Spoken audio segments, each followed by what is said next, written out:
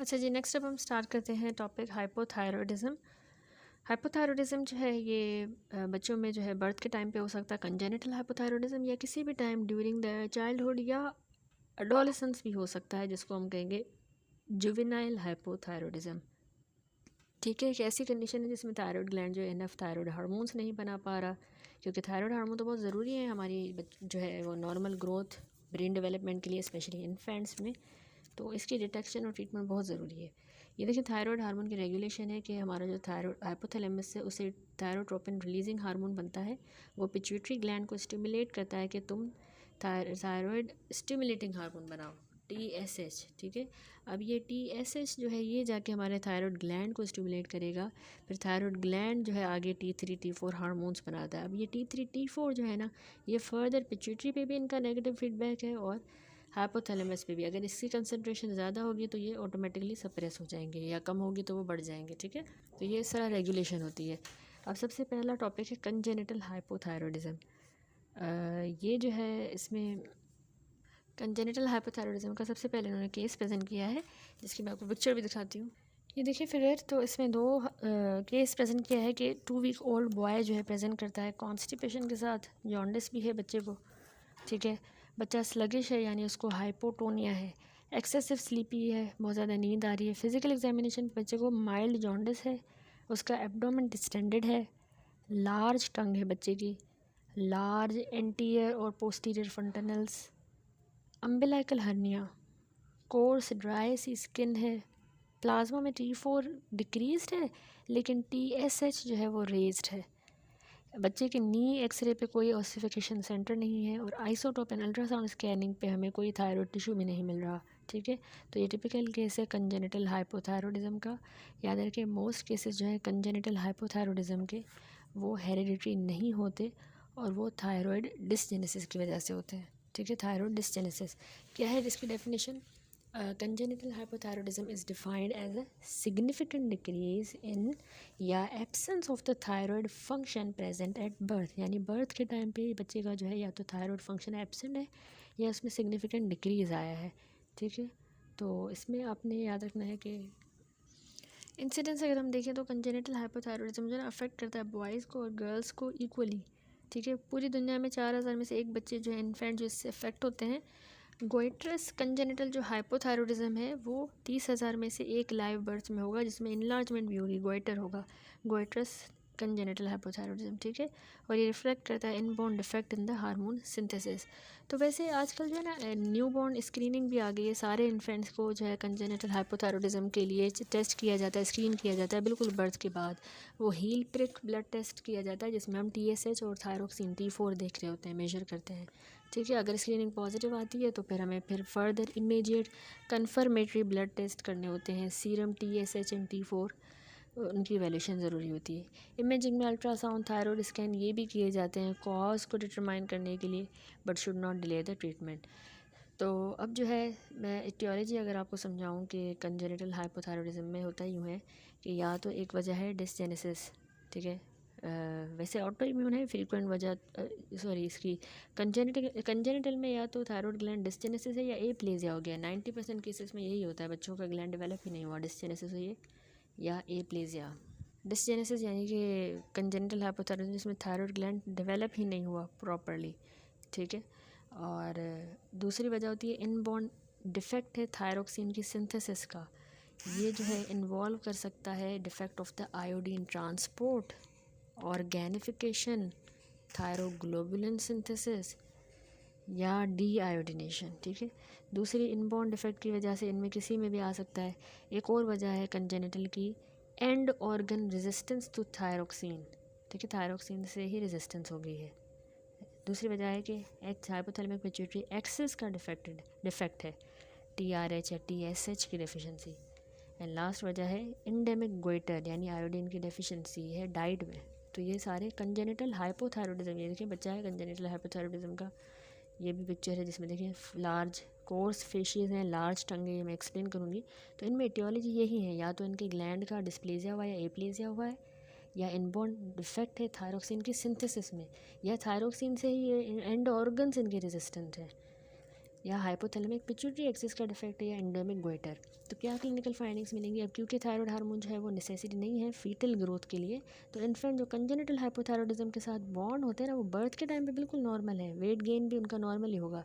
लेकिन अगर इसी तरह अनट्रीटेड रहे तो पहले 3 से 4 माह में जो है वो अगर अनट्रीटेड ही रहेंगे तो उनको कोई ठीक है। तो याद रखिए कि क्योंकि थायराइड हार्मोन जो है वो फीटल ग्रोथ के लिए इतना ज़रूरी नहीं है, तो साइंस और सिम्टम जो है वैसे 3 से 4 माह तक बच्चा बिल्कुल ठीक है, बर्थ के टाइम पे भी सही था, वेट गेन भी नॉर्मल हुआ। लेकिन बर्थ के बाद जो है बच्चे को जो है हाइपोथर्मिया होगा, लार्ज उसका पोस्टीरियर फंटेनल लार्ज होगा, प्रोलॉन्ग्ड नियोनेटल जॉन्डिस, ये याद रखें, आइज़ और स्किन की येलोइंग हो जाती है। प्रोलॉन्ग नियोनेटल जॉन्डिस 75% केसेस में मिलता है।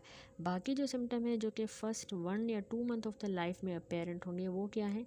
ये थे बर्थ के बाद जो है सिर्फ हाइपोथर्मिया होगा, पोस्टीरियर फंटानेल बड़ा हो सकता है, ठीक है, हाइपोथर्मिया पोस्टीरियर फंटानेल लार्ज है, और तीसरा जो है वो नियोनेटल जॉन्डिस प्रोलॉन्ग हो गई है, ठीक है।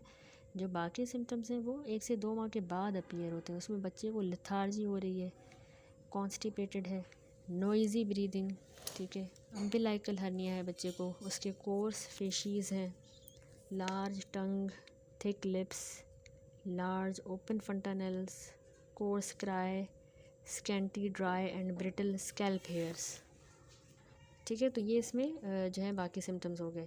अब जो सिवियर अगर कंजेनिटल हाइपोथायरॉयडिज्म है बच्चे को, तो उसमें क्या होगा कि बच्चे का स्टेचर ही शॉर्ट हो जाएगा। सिवियर कंजेनिटल हाइपोथायरॉयडिज्म में शॉर्ट स्टेचर, एपीफाइजल डिसजेनेसिस और ग्रोथ एंड डेवलपमेंट जो है ना, फिजिकल ग्रोथ डेवलपमेंट इम्पेयर हो जाएगी, बच्चे को मेंटल रिटार्डेशन होगा। ये जो है हमें सिवियर कंजेनिटल हाइपोथायरॉयडिज्म में मिलेगी। अब डायग्नोसिस इसकी जो बनाई जाती है उसमें एक तो हम करते हैं थायराइड फंक्शन टेस्ट TFT, दूसरा एक्स-रेज, इसके अलावा थायराइड स्कैन। तो थायराइड फंक्शन टेस्ट पे जब हम चेक करेंगे total T4 serum concentration, total T4 की हमें इसमें डिक्रीज मिलती है, जबकि TSH की कंसनट्रेशन जो है वो एलिवेटेड होगी सीरम। तो हमने थायराइड प्रोफाइल करवानी है।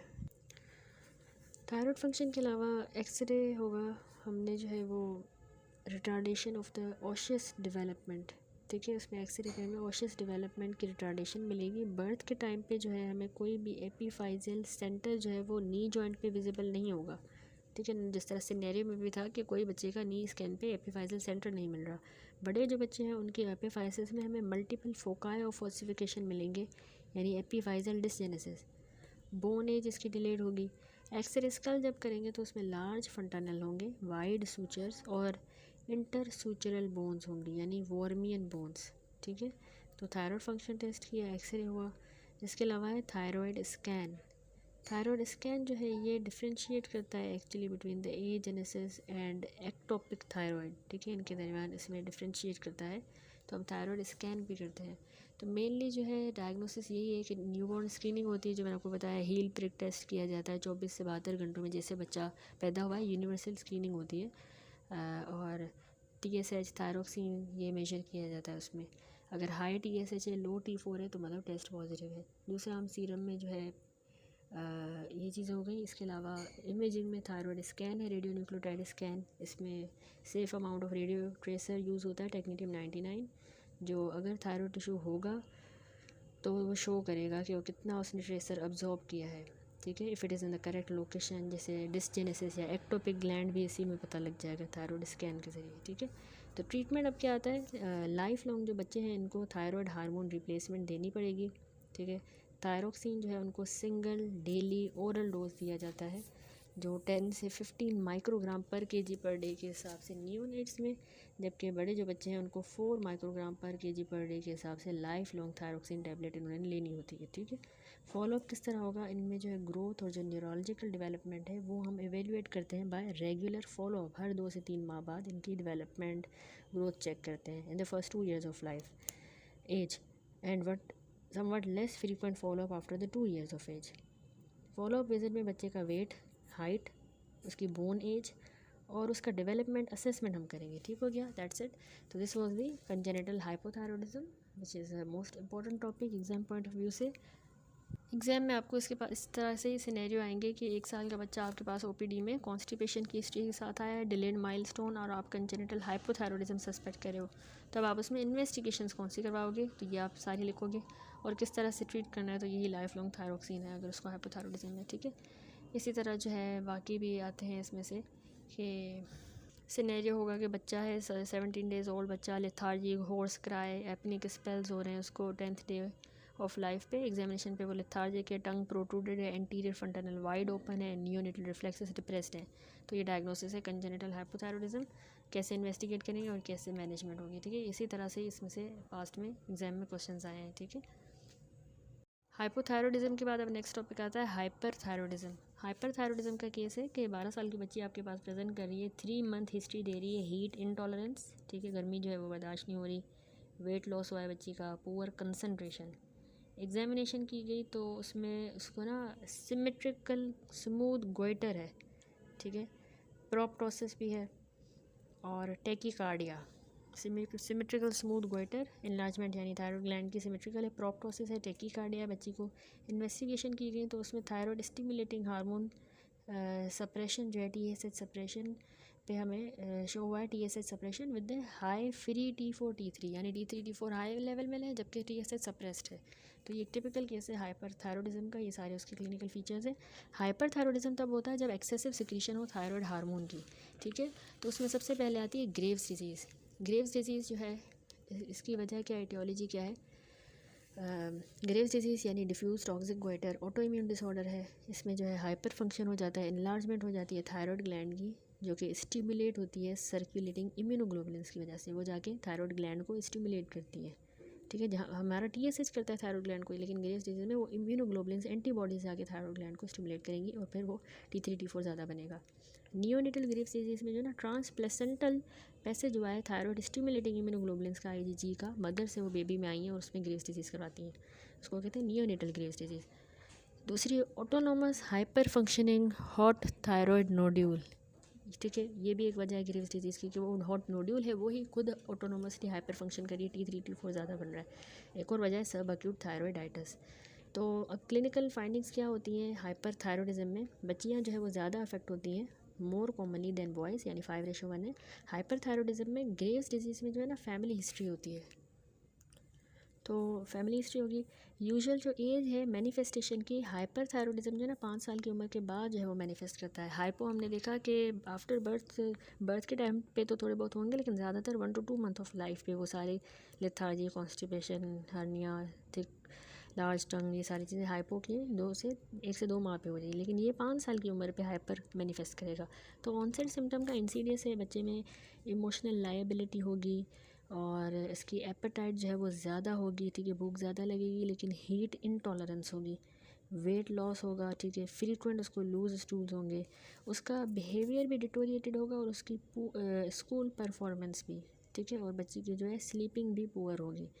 तो इसके अलावा बच्ची जो है फ्लश्ड और वार्म अपीयर होगी, चाइल्ड जो है बच्चा है बच्ची वो वार्म और फ्लश्ड अपीयर होगी, उसको जो है बहुत ज़्यादा मार्क्ड टेकीकार्डिया होगा, फीवर, डायाफोरेसिस, नोजिया, वॉमिटिंग जो कि थायरॉयड स्टॉर्म के हैं।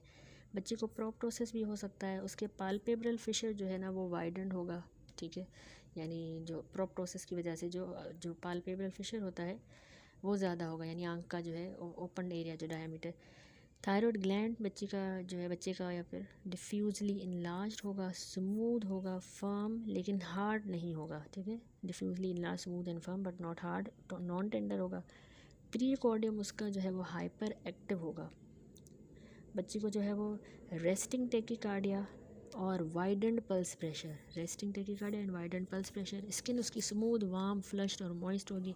फाइन ट्रेमर भी हो सकते हैं आउट स्ट्रेच्ड फिंगर्स पे और प्रॉक्सिमल मसल वीकनेस होगी, ठीक है। तो कैसे हम डायग्नोस करेंगे, ये सारे इसमें क्लिनिकल फीचर हैं हाइपरथायरॉयडिज्म के। डायग्नोसिस के लिए हम ना सीरम कंसनट्रेशन हम देखेंगे टोटल T4 या फ्री T4 और टोटल T3 देखेंगे सीरम में कितना है, ठीक है, और TSH के लेवल भी देखेंगे कि वो लो या सप्रेस्ड होंगे, अगर तो लो या सप्रेस्ड TSH होगा, T3 T4 बढ़ा हुआ होगा, इंक्रीज होगा, तो हम डायग्नोसिस बना लेंगे कि ये हाइपरथायरॉयडिज्म है। तो हमने यानी थायराइड प्रोफाइल करवानी है, ठीक है, और रेडियो एक्टिव आयोडीन अपटेक भी हम अगर करवाएं तो वो हमें इंक्रीज मिलेगा। मैनेजमेंट यही कि हम इसमें एंटी थायराइड अब मेडिकेशन देंगे। वहाँ पे हाइपर में हम थायरोक्सिन दे रहे थे, यहाँ पे अब हाइपर है तो हम एंटी थायराइड मेडिकेशन में propylthiouracil 150 to 600 milligram per day, या methimazole 15 to 60 milligram per day, इनमें से कोई एक। अच्छा, प्रोपेनालोल 10 से 20 मिलीग्राम दिन में 4 बार 2 से 4 हफ्तों तक जो है, ये भी सिम्टोमेटिक रिलीफ प्रोवाइड करती है। इसके अलावा अगर पेशेंट जो है मेडिकल थेरेपी से नॉन कंप्लाइंट है, नहीं लेता, तो हम उसकी सब टोटल थायरॉयडेक्टमी भी कर सकते हैं। Radio active iodine ablation of the thyroid tissue के लिए यूज़ हो सकता है। ठीक हो गया, तो यहाँ पे कंप्लीट होता है टॉपिक हाइपरथायरॉयडिज्म। नेक्स्ट टॉपिक है कंजेनिटल हाइपरथायरॉयडिज्म, इसी से रिलेटेड है। तो कंजेनिटल हाइपरथायरॉयडिज्म में ऐसा है कि 5 साल का बच्चा जो है आपके पास आता है, 5 दिन ओल्ड जो है, full term 3.2 kg neonate present करता है, इरिटेबिलिटी, जिटरीनेस, टेकीकार्डिया, स्वेटिंग। ठीक है, इरिटेबल है, जिटरीनेस, टेकीकार्डिया, स्वेटिंग, और उसको फीड नहीं कर रहा, डिफ़िकल्टी टू फीड, डायरिया भी है। हार्ट रेट उसका 190 बीट्स पर मिनट यानी टेकीकार्डिया, और रेस्पिरेटरी 80 बीट्स पर मिनट यानी टेकिपनिया भी है। लिवर भी 4 सेंटीमीटर पाल्पेबल है। बच्ची की पेरिफेरल पल्सेस पुअर है। मदर जो है वो हाइपरथायरॉयडिज्म के लिए, मदर खुद अपने हाइपरथायरॉयडिज्म के लिए ट्रीटमेंट लेती हैं। तो ये है कंजेनिटल हाइपरथायरॉयडिज्म का case. Actually transient congenital hyperthyroidism या इसको नियोनेटल ग्रेव्स डिजीज़ भी कहा जाता है, जो मैंने यहाँ एक्सप्लेन किया। 1% ऑफ द इन्फेंट्स जो ग्रेव्स डिजीज़ वाली मदर को बॉर्न होते हैं, उनमें ये होता है ट्रांजिएंट कंजेनिटल हाइपरथायरॉयडिज्म, क्योंकि माँ को ग्रेव्स डिजीज़ है, उसी की एंटीबॉडी प्लेसेंटा को क्रॉस करके बच्चे में आई हैं और बच्चे में नियोनेटल ग्रेव्स डिजीज़ करवा रही हैं। तो अब क्लिनिकल फाइंडिंग्स ये होंगी कि बच्चा इरिटेबल होगा, इंट्रायूट्राइन उसकी ग्रोथ रिटार्डेशन हो जाएगी, poor weight gain, flushing, jaundice, hepatosplenomegaly, thrombocytopenia. Severe cases में ना बच्चे को कार्डियक फेलियर और इवन डेथ भी हो सकती है। तो इसकी मैनेजमेंट जो होती है ना, इसमें हमने लाजमी इमीडिएट मैनेजमेंट करनी है। देखिए बच्चा पैदा हुआ है, 5 दिन में उसको ये मैनिफेस्टेशंस हैं, टेकीकार्डिया, टेकिपनिया, जिटरनेस, स्वेटिंग, डायरिया, और जो है वो लिवर पाल्पेबल, हेपेटोस्प्लिनोमेगेली। तो हम ना इमीडिएट मैनिफेस्टेशन उसकी कार्डियक मैनिफेस्टेशंस की करेंगे कि हमने उसको ओरल प्रोपेनालोल लेना है 1 to 2 मिलीग्राम पर केजी पर 24 आवर्स के लिहाज से। ओरली हम 3 डिवाइडेड डोजेस में देंगे। मेथीमाजोल 0.25 से 1 मिलीग्राम पर KG per 24 hour every 12 hours. Saturated solution of potassium iodide 1 drop per day may be added. ठीक है, तो ओरल प्रोपेनालोल, मेथीमाजोल या saturated solution of potassium iodide दिया जा सकता है। अगर हार्ट फेलियर हो जाता है तो फिर हमें बच्चे की डिजिटलाइजेशन करनी होगी। That's it. तो यहाँ पे हाइपरथायरॉयडिज्म भी कंप्लीट हुआ, कंजेनिटल हाइपरथायरॉयडिज्म। नेक्स्ट वीडियो में हम स्टार्ट करेंगे हाइपोपैराथायरॉयडिज्म। अच्छा जी, स्टार्ट करते हैं next topic which is the hypoparathyroidism. इसका एक केस इन्होंने प्रेजेंट किया है कि दो साल का मेल बच्चा जो है प्रेजेंट करता है, जनरलाइज उसको टोनिक क्लोनिक एफिब्राइल कन्वल्सिव अटैक हुआ है। CSF एग्जामिनेशन और EEG बिल्कुल नॉर्मल आई है। सीरम में जो कैल्शियम लेवल है और विटामिन D3 और पैराथायरॉयड हार्मोन के लेवल, ये सब जो है वो लो है। तो ये एक टिपिकल केस है हाइपोपैराथायरॉयडिज्म का। एक्चुअली क्या होती है इसमें क्लिनिकल फाइंडिंग, इसमें ना हाइपोकैल्सीमिया जो हो रहा है, क्योंकि पैराथायरॉयड हार्मोन कम है ना, तो हाइपोकैल्सीमिया जो है वो टेटनी करवाएगा। ठीक है, हाइपोकैल्सीमिया, कैल्शियम कम है तो ऑब्वियसली टेटनी होगी। तो उसके क्या सिम्टम होंगे, मस्कुलर पेन होता है, उसमें कैल्शियम कम होगा ना, तो मसल पेन, क्रैम्प्स, नमनेस हो जाएगी, स्टिफनेस होगी, हाथों पैरों में टिंगलिंग होगी, और श्वार्ट्ज़की या ट्रॉशू साइन जो है वो हमें पॉजिटिव मिलेंगे। ठीक है, श्वार्ट्ज़की जो है अगर फेस पे जो है टैप किया जाता है फेशियल नर्व जहाँ पे, तो वहाँ पे जो है कॉन्ट्रैक्शन होती है, यानी फेशियल मसल्स की ट्विचिंग होती है जब फेशियल नर्व को टैप किया जाए, ये टेटनी में होता है। और दूसरा ट्रॉशू साइन ये है कि कार्पोपीडल स्पाज्म हो जाता है जब आर्म पे प्रेशर अप्लाई किया जाए बाय इन्फ्लेटेड स्फिग्मोमैनोमीटर कफ। ठीक है, तो ये मिलेंगे, या लेरिंजियल एंड कार्पोपीडल स्पाज्म कन्वल्जन्स। तो ये सारे हाइपोकैल्सीमिया में जो टेटनी हो रही है उसमें जो है क्लिनिकल फाइंडिंग। इसके अलावा ये जो है ना हेडेक होता है इसमें, हाइपोपैराथायरॉयडिज्म में headache, vomiting, ice intracranial pressure बढ़ जाता है, और पेपिलिडीमा अगर हो रहा है तो ये किसी ब्रेन ट्यूमर को सजेस्ट करेगा। अगर लॉन्ग स्टैंडिंग किसी को काफ़ी टाइम से हाइपोकैल्सीमिया है तो उसकी टीथ इरप्शन बच्चे की जो है वो लेट होगी, इर्रेगुलरली होगी, इनेमल फॉर्मेशन जो है वो इर्रेगुलर होगी, बच्चे की स्किन जो है वो ड्राई होगी, स्केली होगी, और उसके नेल्स पे जो है हमें हॉरिजॉन्टल लाइंस नज़र आएंगी अगर काफ़ी टाइम से बच्चे को हाइपोकैल्सीमिया है। तो इसके अलावा म्यूकोकुटेनियस कैंडिडियासिस हो सकता है। ठीक है, कैटरेक्ट्स हो सकते हैं, ये भी म्यूकोकुटेनियस कैंडिडियासिस कैटरेक्ट हाइपोपैराथायरॉयडिज्म में होता है। कैसे हम डायग्नोस करते हैं ना, सीरम कैल्शियम लेवल करवाएंगे तो वो हमें लो मिलेंगे 5 to 7 मिलीग्राम पर डेसीलीटर। यानी अगर 5 to 7 मिलीग्राम पर डेसीलीटर की रेंज में आ रहा है, क्योंकि नॉर्मली 8 to 10 होता है ना कैल्शियम, तो अगर 5 to 7 है लो मिलेगा हमें, तो हाइपोपैराथायरॉयडिज्म में हमें सीरम कैल्शियम लो मिलता है। फॉस्फोरस याद रखिए इसमें एलिवेटेड होगा 7 to 12, और विटामिन डी 125 डाईहाइड्रोक्सिकोल कैल्सीफेरोल ये भी लो मिलता है। पैराथायरॉयड हार्मोन के लेवल भी हमें लो मिलेंगे, ठीक है। तो अब इसमें डिफरेंशियल हमारा क्या बनता है, ये सूडो हाइपोपैराथायरॉयडिज्म भी हो सकता है, जो आगे हम डिस्कस करेंगे क्या है। इससे आप डिफ्रेंशिएट करोगे डायजॉर्ज सिंड्रोम से, जिसमें कंजेनिटली ही पैराथायरॉयड ग्लैंड की एब्सेंस होती है, उससे डिफ्रेंशिएट करोगे auto immune poly endocrine syndrome type 1 से। तो मैनेजमेंट ये है कि जो सीवियर टेटनी हो रही है, सीजर्स हो रहे हैं हाइपोकैल्सीमिया की वजह से, उसको आपने ट्रीट करना होता है, ठीक है, in the intravenous calcium gluconate, ठीक है। आपने लाजमी इंट्रावीनस कैल्शियम ग्लूकोनेट देना होता है 1 से 2 ml पर केजी के हिसाब से 10% सॉल्यूशन, और ये स्लोली आप 10 मिनट तक देते हो उसको कैल्शियम ग्लूकोनेट आईवी में। लॉन्ग टर्म ट्रीटमेंट हाइपोपैराथायरॉयडिज्म का है कि आप विटामिन डी दोगे उसको, प्रेफरेबली 125 डाईहाइड्रोक्सिकोल कैल्सीफेरोल और कैल्शियम, ठीक हो गया। दूसरा टॉपिक है सूडो हाइपोपैराथायरॉयडिज्म। सूडो हाइपोपैराथायरॉयडिज्म जो है एक जो है रेयर डिसऑर्डर है, जिसमें ना बॉडी रेजिस्टेंट होती है पैराथायरॉयड हार्मोन के इफ़ेक्ट को, ठीक है। पैराथायरॉयड हार्मोन जो है उसका इफेक्ट नहीं हो रहा, उसको रेजिस्टेंट है। इवन तो पैराथायरॉयड ग्लैंड हार्मोन सही बना रहे हैं, एलिवेटेड होंगे, लेकिन बॉडी रेजिस्टेंट है, तो इसमें ना कैल्शियम लेवल लो होंगे, लो सीरम कैल्शियम। फॉस्फेट हमें सीरम में जबकि हाई मिलेगा, हाइपरफॉस्फेटीमिया, ठीक है।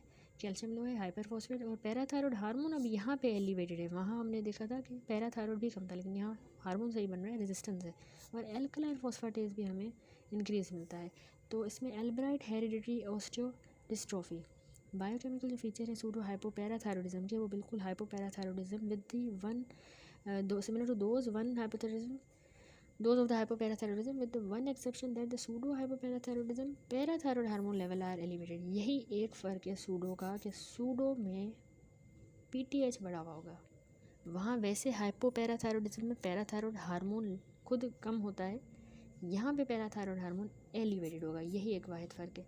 क्लिनिकल फाइंडिंग बच्चे को वही टेटनी है, शॉर्ट स्टेचर, राउंड फेस, ठीक है, ओबेसिटी है, स्किन कैफेउलेट पिगमेंटेशन होती है इस पर, डेंटल हाइपोप्लेजिया होगा, कैफेउलेट पिगमेंटेशन होती है, ठीक है, डेंटल हाइपोप्लेजिया होगा, ब्रेकीडेक्टाइली यानी इंडेक्स फिंगर जो है वो लॉन्ग होगी देन द मिडिल फिंगर, तो उसको कहते हैं ब्रेकीडेक्टाइली, ठीक है। ये ब्रेकीडेक्टाइली के हैंड और फुट की बोन्स असल में शॉर्ट हो जाती हैं 4th और 5th मेटाकार्पल, ख़ास तौर पे नकल्स, तो ये नकल डिम्पल साइन है। जब फिस्ट बनाएंगे ना तो ऐसे नकल डिम्पल साइन हमें मिलता है। ये होगा, राउंड फेस है, ओबेसिटी है, शॉर्ट स्टेचर है, और सबकुटेनियस ओसिफिकेशन होंगी, यानी स्किन पे बोनी ग्रोथ होंगी, calcium deposit and metaplastic bone formation subcutaneously. Mental retardation, इनका आईक्यू लो होगा, लेंटिकुलर कैटरेक्ट होंगे, अदर हार्मोनल एबनॉर्मलिटीज या प्रिकॉक्शियस प्यूबर्टी हो सकता है, ठीक है। तो इसमें ही इसने अल्ब्राइट सिंड्रोम, अल्ब्राइट हेरिडिटरी ऑस्टियोडिस्ट्रोफी को इसी में एक्सप्लेन कर दिया है, ठीक है। नेक्स्ट आता है कि इसमें मैनेजमेंट यही है, हाइपोपैराथायरॉयडिज्म वाली ही करेंगे, बाकी यही वाली है, calcium gluconate, vitamin D, calcium दिया। स्पेसिफिक ट्रीटमेंट जो ओकुलर, मेंटल या फिजिकल डिसेबिलिटी है उसको अलग से फिर ट्रीट करना है, ठीक है। That's it. नेक्स्ट आता है topic hyper parathyroidism. Hyper parathyroidism का भी हम केस देख लेते हैं। 6 साल की बच्ची है और उसको नमनेस की, टिंगलिंग इन द हैंड्स की कंप्लेन है, ठीक है। बच्ची को टोनिक क्लोनिक सीजर्स की भी हिस्ट्री है, और जब इन्वेस्टिगेशन की तो उसका फॉस्फेट लेवल लो मिल रहा है, लेकिन उसके सीरम कैल्शियम लेवल हाई है, फॉस्फेट लो कैल्शियम हाई, तो ये हाइपर पैराथायरॉयडिज्म का केस है। एक्चुअली इसमें क्लिनिकल फाइंडिंग्स ये होती हैं कि फटीग होगी, मसल वीकनेस होगा, कैल्शियम ज़्यादा है ना, headache, anorexia, abdominal pain, nausea, vomiting, constipation, polydipsia, polyuria, loss of weight, fever, nephrocalcinosis, calcium ज़्यादा की वजह से पैरेन्काइमा में कैल्शियम जमा होगा, डिमिनिश रीनल फंक्शन प्रोग्रेसिवली क्योंकि रीनल कैल्कुलाई बनेंगे, रीनल कोलिक हेमेच्यूरिया, ऑशियस चेंजेस की वजह से उसको बैक पेन हो सकता है, ठीक है, या फिर एक्सट्रीमिटीज़ में, बैक में या एक्सट्रीमिटीज़ में गेट की डिस्टर्बेंसेस हो सकती हैं, जीनू वैल्गम, फ्रैक्चर्स एंड ट्यूमर्स, ठीक है। तो हम कैसे इसको डायग्नोस करते हैं, डायग्नोसिस के लिए जो है हम सीरम कैल्शियम लेवल करवाएंगे, वो हमें एलिवेटेड मिलता है, मोर देन 12 मिलीग्राम पर डेसीलीटर, यहाँ पर सीरम कैल्शियम एलिवेटेड है मोर देन 12 मिलीग्राम पर डेसीलीटर, जबकि सीरम फॉस्फोरस लेवल यहाँ पे रिड्यूस्ड होगा, लो होगा, लेस देन 3 मिलीग्राम पर डेसीलीटर। ठीक है। मैग्नीशियम जो है, सीरम मैग्नीशियम भी लो है। यूरिन में have low and fixed specific gravity. Serum level जब पैराथायरॉयड हार्मोन का करवाएंगे तो ये हाइपर पैराथायरॉयडिज्म है, तो पीटीएच एलिवेटेड होगा। रेडियोग्राफ फाइंडिंग पे हमें सब पेरियोस्टियल बोन की रिजॉर्प्शन मिलती है। मैनेजमेंट ये है कि सारे जो इंडिकेटेड पेशेंट्स हैं अगर, तो उसकी सर्जिकल एक्सप्लोरेशन होगी।